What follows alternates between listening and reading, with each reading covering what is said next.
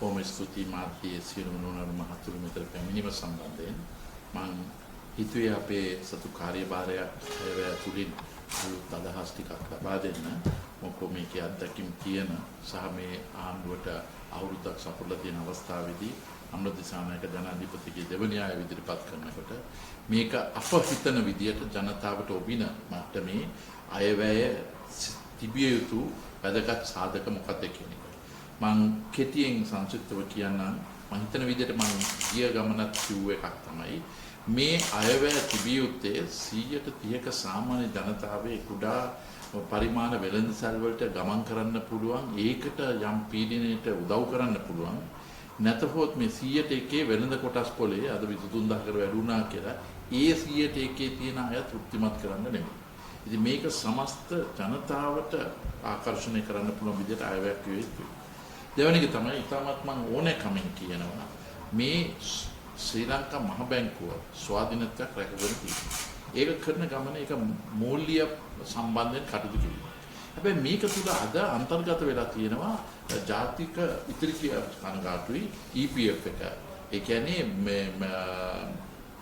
EPF එකේ කොටස් පාලනය කරන්නේ බැංකුත් කළමනාකරණය කරන්නේ මහ බැංකුව තුල. මේක වහාම ස්වාධීන කළ යුතුයි කියන මතය තමයි මා සිටින්නේ.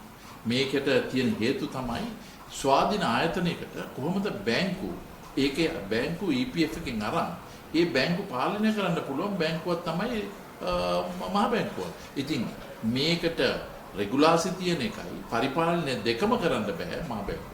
ඉතින් මගේ යෝජනා පුද්ගලික යෝජනා පාර්ලිමේන්තුව ඉදිරිපත් කළා තියෙනවා මේ සම්බන්ධයෙන් පෞද්ගලික යෝජනාවක් වශයෙන් මේ EPF එක වහාම ස්වාධීන කළ යුතුයි කියන එක. ඉතින් ඒකට මම ඉදිරිපත් කරන මගේ කොපිය ඔබතුමාලට ඒක පරිශීලනය කරන්න පුළුවන්. ඊට පස්සේ ඒක තුල ඒක වෙනම ඉන්ඩිපෙන්ඩන්ට් ස්වාධීන ඔතොරිටි බලකායක් තුලින් ඉදිරියට ගෙනියනවා. ඒකට EPF ETF දෙකම එකපත් කරන්න පුළුවන්. ඊට පස්සේ මේ රටේ ජයජාවෝදන්ට 1977 විවෘත ආර්ථිකයක් හමුවලා දුන්නා. දැන් එදා ඉඳන් මේ විවෘත ආර්ථිකයට බනිනවා මිසක් මේකට විකල්ප ඉදිරිපත් කළා අදහස් කරන්නේ නැහැ. ඉතින් මම කියන්නේ කරුණාකරලා අපි බොහොම සතුටු වෙනවා එක්සත් ජාතිපක්ෂ කොතරම් දෝෂාරෝපණය කරත් එක්සත් ජාතිපක්ෂ 90ක් තමයි ඉදිරියට ගෙනියන්නේ. ඉතින් ඕන පක්ෂයක යම් දේවල් වැරදි තියෙනවා ඒව නිවැරදි කරන්න පුළුවන්. නමුත් 90ක් ගෙනියන එකේ මේ විවෘත ආර්ථිකයේ ඒකේ අන්තර්ගතයි. දැන් ජයජාවන්තර විවෘත ආර්ථිකය බනින්න නැතුව මේ ලෝකේ තාම ඒකට විකල්පයක් ඇති වෙලා නැහැ. විකල්පයක් ඇති වෙලා තියෙනවා නම් කොයි රටේද කොයි ලෝකෙද ඒක තියෙන්නේ කියලා පෙන්වලා දෙන්න පුළුවන්. ඉතින් මං හිතන විදිහට මේ අවස්ථාව මේ ආණ්ඩුවට තියෙන්නේ ඒකට සාප කරන්නේ නැතුව ඒකේ ගුණාංග පාවිච්චි කරලා ඉදිරියට යන්න. මොකද මේක දැනගත්තාම ලෝකයා මොකෝ මේ රටේ ආයෝජන කරන්නේ නැත්තම් ලෝකයේ ආයෝජන ගෙන්න අවශ්‍යයි. ඉතින් මේකට විවෘත ආර්ථිකය බනින්න පටන් ගත්තාම අරක වෙනවා මේක වෙනවා කියලා කියන්න පටන් ගත්තාම ආයෝජන එන්න බය වෙනවා. ඉතින් ඒ නිසා මා හිතන විදියට මේකේ තියෙන හොඳ ගුණාංග පාවිච්චි කරලා මේ අපි විවෘත ආර්ථික වලද ගන්න. ඕකල ලාල්කාන්ත ආරිට කියනවා. ඕකල බිමල්ලා දැන් සුනිල් හඳුන්හෙට්ටිත් කතා කරනවා. නාලින්ද ඉතින් ඔය 4-5-6 දෙනෙක් කතා කරනකොට මුල් පේඩි වල ඊට පස්සේ වතව අනිත් අය බැර හිටලා වැඩක් නැහැ. ඉතින් අර වමර දාලා දකුණ සිග්නල් දානවා වගේ වමට හැරෙන්න ඕනේ නැහැ. ඉතින් හරියාකාරව විදිහට ගෙනියන එක තමයි මම මේ අවස්ථාවේ මතක් කරන්නේ. ඉතින් මම නැවත UMP හඳුලා දුන්න විවෘත ආර්ථිකයේ ඒකට මානුෂික මෙහෙවර තුලින් මේවා හරියාකාරව ගෙනියන එක තමයි කරන්න අවශ්‍ය. ඒක තුල ආයුධ දිරි ගන්නවන්න අවශ්‍යයි. මොකෝ ඒක කිව්ව හැටිම ආයුධ දිරි ගන්නවා. මොකෝ ඒක තමයි අත්‍යවශ්‍ය. මේ රටේ ආයුධ දිරි ගන්නවට පසුව රැකී ආරක්ෂා බීල බහුල වෙනවා. ඒක අපනයන ක්ෂේත්‍රය වැඩි වෙනවා. ඒ තියෙන දුර්වලතා ඒක තුල තරංකාරී තත්ත්වයක් තුලින් මග හැරෙනවා. එතකොට මේකේ තුල ආයෝජන විශ්වාසය ඇති කරන්න අවශ්‍යයි. මේ මෑතකදී මගේ මිත්‍රයා හනීෆ් යුසුෆ්පත් කිරීම අපි අගය කරනවා. හැබැයි එයාට ආණ්ඩුකාරතුමයි මේක ඔක්කොම කරන්න බෑ දෙන්න ආයෝජනය. මේකේ පෝත් සිටි BOI ඔක්කොම එකට වෙලා ඒ දෙන්නේ තුනට දීලා මේක අනිවාර්යයෙන්ම ආයෝජනයක් රටට ආවනම් අපේ කාලේ කරා වගේ දැන් 2015 අපි මුදල් ඇමති වශයෙන් ඉන්නකොට මේකට දවස් 4-5කින් මේක අවසරය ලබා දෙනවා. ඒ වගේම තමයි ධම්මික පෙරද්දුවන කාලේ BOI චෙයාර්මන් වශයෙන් කටයුතු කරනකොට දවසින් ලබා දුන්නා. අන්න ඒ වගේ සංකල්පයකට අනිවාර්යයෙන්ම ගෙනියන්න අවශ්‍යයි. එතකොට තමයි මේ රටේ ආයෝජනය දිරිගන්වන්න පුළුවන් වැඩ පිළිවෙල තියෙන්නේ. මොකද අද මේ කියම් බයක් තියෙනවා මේක දුන්නාම කල් යනවා අවසර ලැබෙන්නේ මේ තියෙන තොරතුරු වෙනින් පැති වලට යනවායි කියලා. එතකොට තමයි අපි තරුණිය මේ ව්‍යවසායකයන් බවට පරිවර්තනය කරන්න අවශ්‍යයි. මේක අපේ කාලේ අපි කරගෙන සාර්ථක ගෙනියන අවස්ථාවේදී මට පේනවා මේ තරුණ අය අපට විශ්වාස කරලා ව්‍යවසායකයන් බවට පරිවර්තනය කරනවා. ලක්ෂ 10ක මේ වගේ තරුණ ව්‍යවසායකයන් බවට පරිවර්තන කරන්න පුළුවන් නම් ඒක තමයි රටේ තියෙන ඉදිරි ආයෝජනය. දැන් මේකට කියන්නේ කෝටි ගණන් නෙමෙයි. මේකේ ලක්ෂ 2 3 ඒ වගේ ප්‍රාග්ධන වියදම් ලබා දෙන්න පුළුවන් නම් ඒක තමයි ඉදිරියට ගන්න පුළුවන්. ඒතර අහයි කොහෙන්ද සල්ලි දෙන්න පුළුවන්? මම එදා යෝජනා කරා මේ රටේ තෙල් ආනයනය කරන්නේ නැතුව මේකේ අපිට ඉලෙක්ට්‍රික් වෙහිකල් ගෙනවා නම් කෙලින්ම බිලියන් 40ක් යන නැතුව 26කට අඩු කරලා ඒ 15 ගන්න මේකට කරන්න. බැරි නෙමෙයි හිතන්න පුළුවන් දේ. ඒක තවත් එකතු කරන්න ඕන නම් ඒ විදුලි බලෙන් දුවන කාර් වලට තෙල් ගහන්න ඕනේ. ඒ තෙල් ගහන එක බිලියන 8ක් යන අවුරුද්දකට ඒ මිලියන 8000 පාවිච්චි කරන්නේ ඒ විදුලි තරණයට උදව් කරනවා. ඉතින් ඒ වගේ තමයි තියෙන්නේ. ඒ වගේම තමයි මේ මම මුදලමති වශයෙන් ඉන්න කාලේ අපේ වයසට ඒ කියන්නේ සමාජයේ අවුරුදු 60ට වැඩි කට්ටියට එයාට උදව් කරන්න තියෙන අදහසක් වුණේ අපි පොලි අනුපාතය 12-15 අතර ප්‍රමාණයක් වැඩි කරලා දෙන්න. අද ජීවත් වෙන්න බැරි පොලි අනුපාතය අඩු වෙලා තියෙනවා. මම එක පැත්තකින් ඒක අගය කරනවා මොකෝ යම් විදි ආයෝජන ගේන එක අඩු කරන්න අවශ්‍යයි. නමුත් ඒ වගේම අපේ වයස්ගත ඉන්න කට්ටිය ආරක්ෂා කරන්න ඕනේ. ඒකට අපි අයවැයෙන් ඉදිරිපත් කළා වෙන් කළා මෙන්න මේ ප්‍රමාණය දෙන්න ඕනේ කියලා යම් ලක්ෂ 15කට විතර ප්‍රමාණයකට ඒක 112-15 අතර ප්‍රමාණය අයවැයෙන් වෙන් කළ දෙන්න ඕනේ කියන අදහස තමයි අපි එදාත් කරේ. මේ අදහස තමයි ඉදිරිපත් කරනවා. එතකොට මා හිතන විදිහට මේ රටේ සුවිශේෂ වෙනසක් කරන්න ඕන වන්නේ පුනර්ජනනීය බල ශක්තිය ඇති කිරීම. අපි එදා කිව්වම මේක නවත්තන්න එපයි කියලා අපරාධ දිරිගැන්වීමක් අඩු වුණා. ඒක නැවත ඇති කරන්න අවශ්‍යයි. මම සතුටු වෙනවා බැටරි පවර් සෝලර් සිස්ටම් එකේ බැටරි ජෙනරේට් කරන එක බෙස්ට් කියන සිස්ටම් එකකින් දැන් ටෙන්ඩර් කළා යම් විදිහකින් ටෙන්ඩර් 13ක් මෙගාවොට් 150ක් විතර ඇති කරලා තියෙනවා. ඒක තුල අද නිෂ්පාදනය කරන වියදම රුපියල් 17යි සෝලර් වලට 17ක් ගෙන දෙක එකතු වුණාම 34යි. තියෙනම් මින් පසුව තෙල් වලින් ජනනය කරන සම්පූර්ණ විදුලි බල ශක්තිය අඩු කරන්න නැති කරන්න පුළුවන්. දැන් මේ යෝජනා කරන්නේ අපි එදා මේවා දැකගෙන දිරිගන්වලා ඒක නැවත නැති කරපු එක තමයි අපරාධ ලෙස සැලකන්නේ. ඒක නිවැරදි කරන්න. එතකොට මම ආයි කියනවා මේ කාර් තාමත් 8-9000 හම්බන්තොට හිරවලා තියෙනවා. මේකට හොඳම යෝජනා තමයි බැටරි කැපැසිටි එක. දැන් මම එදා යෝජනා කරාම අපි ඒක දැන් වෙනතුරු සාර්ථකව නිලා තියෙනවා. දැන් මේ බැටරි ඉලෙක්ට්‍රික් වෙහිකල් එන නිසා දැන් මෝටර් තියෙනවා, මෝටර් අවුටේජ් කියනවා, බැටරි කැපැසිටි කියනවා, ජෙනරේටර් දෙකක් තියෙනවා කියනවා. මේ ඔක්කොම නැති කරලා ඉලෙක්ට්‍රික් නම් එහෙනම් කරුණාකරලා මේක බැටරි කැපැසිටි එකට මේ ඩියුටි එක දාන්න. ඒක නිසියාකාරව ආදායමක් ලබා ගන්න අවශ්‍යයි. මම කියන්නේ කීයද කියලා ඒ මාර්ගය උපයෝගී කරගන්න. ඒ කියන්නේ ඒතකොට ඒක එන්නේ measured in kilowatt hours. ඒ කියන්නේ පැය ගන්නට ඒකෙන් කොච්චර නිෂ්පාදනය කරන්න පුළුවන්ද කියලා ඒ බැට් එක. ඒකට යම් විදිහේ වැරදි ඩෙක්ලරේෂන් දුන්නොත් ඒක නිවැරදි කරගන්න පුළුවන් වෙනවා. නමුත් ඒක තමයි අපි වෙනසක් ඇත්තට කරන්න අවශ්‍ය වන්නේ. එතකොට මම ඊටමත් ඕනෑකම යෝජනා කරනවා මේ රටේ තියෙන ටැක්ස් එක. අප එදා ඉඳන් කියනවා ටැක්ස් එක ගන්න අවශ්‍යයි. නමුත් ඒක affordable වෙනවා. ඒ කියන්නේ ඒක යම් විදිහට දරා ගන්න පුළුවන් ගණනක් කරනවා. මිනිස්සු ගෙවන්න කැමති. නමුත් 150ක් දාලා වැඩක් නැහැ. 120ක් නම් ඔරොත්තු දෙන්න පුළුවන් ගණන. ඉතින් අපි ඔරොත්තු දෙන්න පුළුවන් ගණන අපි දාගන්න අවශ්‍යයි. ඒ නිසා අපි මේ tax holidays කියනකට වැඩිය tax credit හරි වියදම් කරන qualifying payment වියදම් කරපු ප්‍රමාණය ඒතර ඒක සෝදිසි කරන්න පුළුවන් ඔඩිට් සමීක්ෂණයක් කරන්න පුළුවන් ඒකට qualifying payment වලට දිරිගැන්වීමක් කරන්න පුළුවන් කටයුත්තක් කරනවා. we මේක යම් විදියකින් මේක සරල කරන්න. අද බදු 26ක් තියෙන රටේ. ඒ කියන්නේ මධ්‍යම ආණ්ඩුවේ, පළාත් සභා ආණ්ඩුවේ සහ ප්‍රාදේශීය සභා වල තියෙන එක අනුව මේ බදු 26 සරල මට්ටමට ගේන්න. අපේ මේ බිලියන් 5ක් එහෙම මේ හොයන්න පුළුවන් එක සරල කරන ඒක මං හිතන්නේ ඇඟට උනායි. ඉංග්‍රීසියෙන් කියනවා simplify the tax code. ඉතින් මේක තුල මම හිතන විදිහට අපිට දැන් තියෙන්නේ කොහොමද රටේ ආයෝජන වැඩි කරන්න පුළුවන්. දැන් මේ රටේ ඉදිකිරි මංශය 165ක් ඒකාධිකාරියක් තියෙන නිසා තමයි තමාගේ වියදම වැඩි තියෙන්නේ. දැන් ගෙයක් හදන්න ඕන නම් ඒකට ඒකාධිකාරියක් රකින්න ගිහිල්ලා ඒක තුල බදු සහ ආනයන කිරීම ලිහිල් නොකිරීම තුල 165 يعني ගෙයක් හදන්න ලක්ෂයක් යනවා නම් ඒකෙන් 165ක් අනවශ්‍ය වියදමක් කියලා තියෙනවා.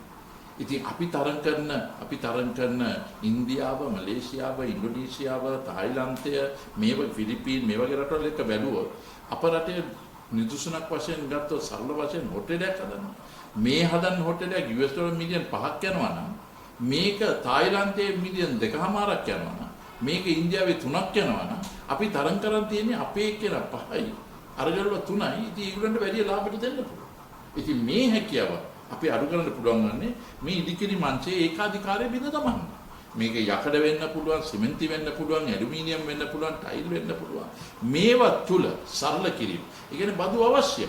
නමුත් බදු අවශ්‍ය කියන්නේ පාරිභෝගික නැති කිරීමේ කම්පැනි 4-5ක් රකින්න ඒකාධි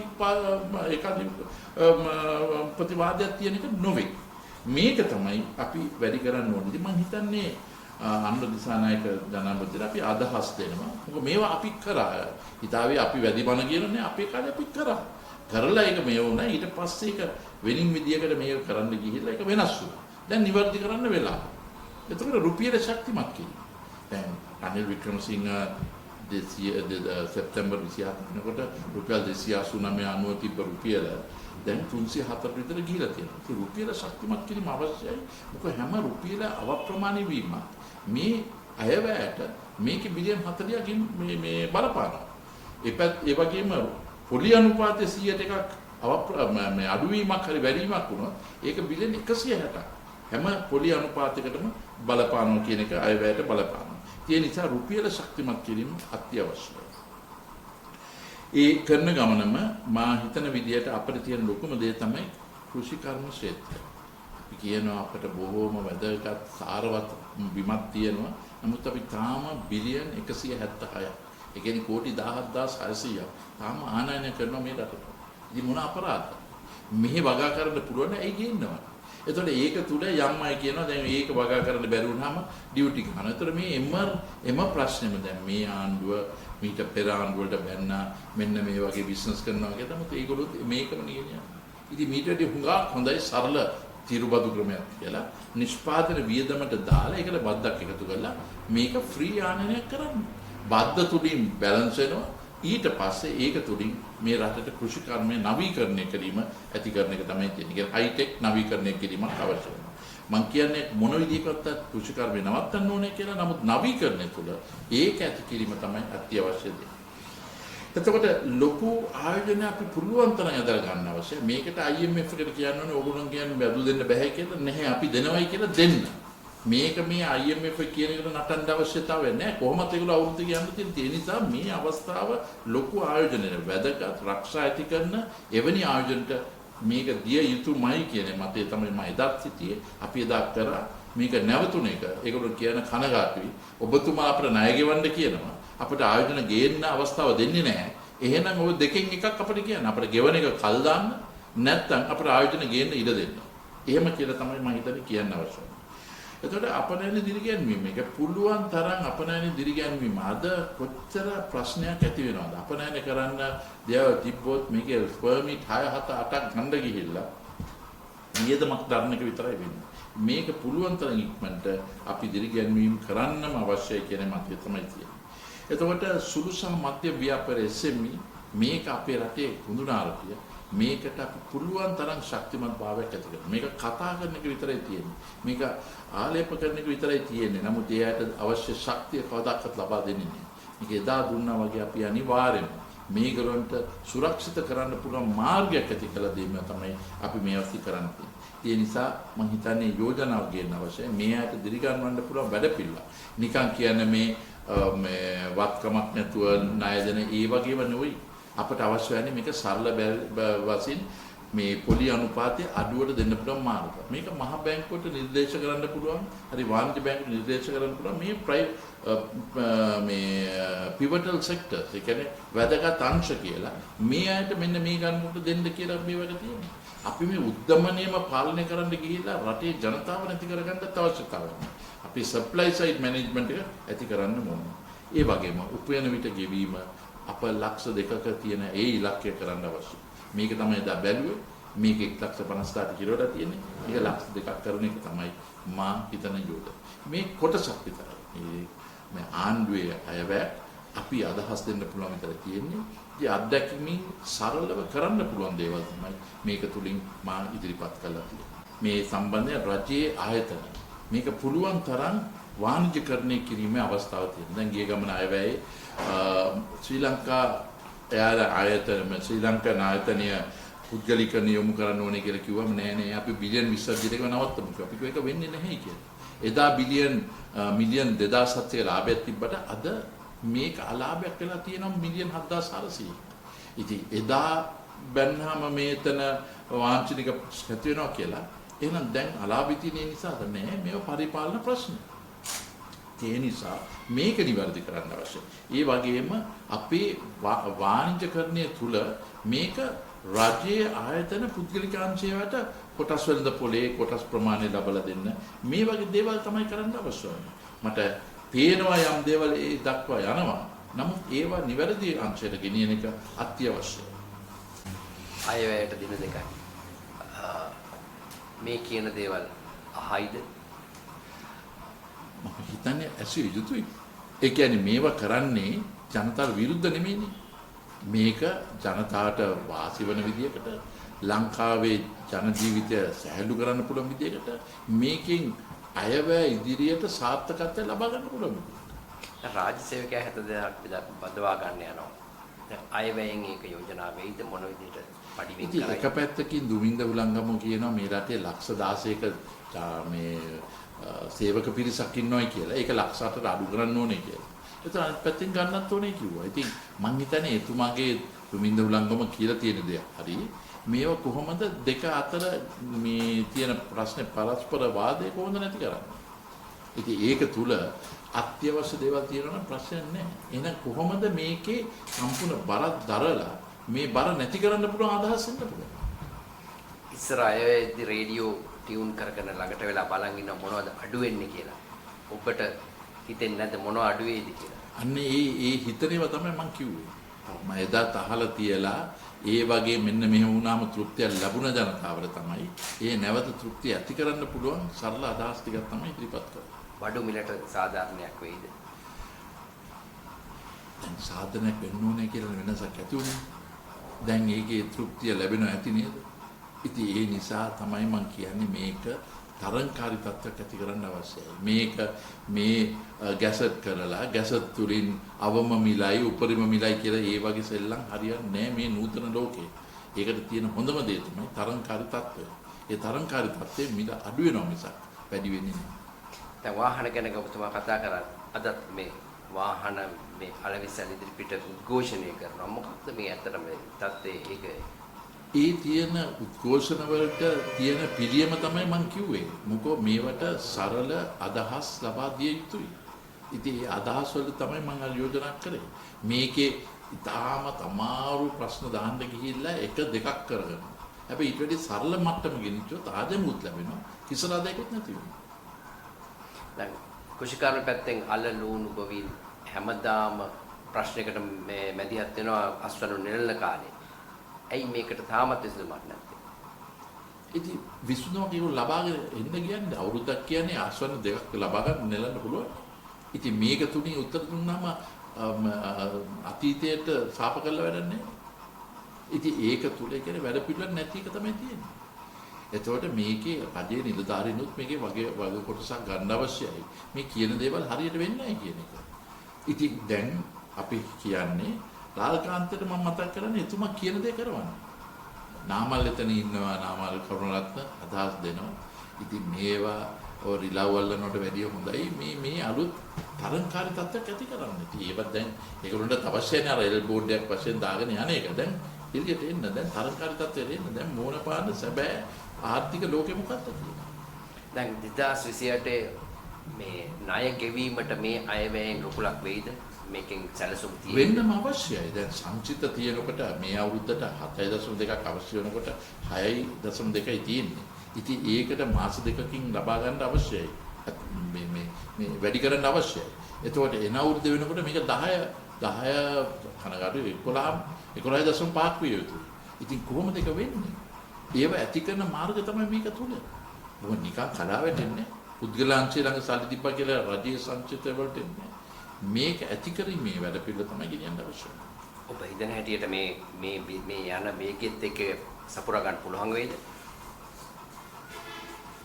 එහෙම වුණා නම් මේ දැන් මේ සංචිතේම ලබා ගන්න ඕනේනේ. ඒ වෙන්නේ නැති එක තමයි අපි ඉක්මන් ඇති කරන්න අවශ්‍ය කරන්නේ. මේක රටේ ආර්ථිකය. ඉතින් අපි මේ අදහස් දෙන්නේ මේක කරන්න ඕනේ කියන එක. අපි මේ අපිට කිසිසේත්ම කාලකන්ණි තෘප්තියක් ලැබෙන්නේ නැහැ. මේක තුල මේ වැටිනවා, කඩා වැටෙනවා කියන. අපට අවශ්‍ය වන්නේ මේක කොහොමද නිවැරදි ස්ථාවරයට ගේන්න පුළුවන්.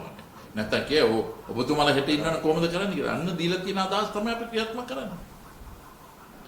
ඊට අමතරව දේශපාලන වශයෙන් මේ කතිකාවක් යනවා මේ 21කට යනවාද නැද්ද?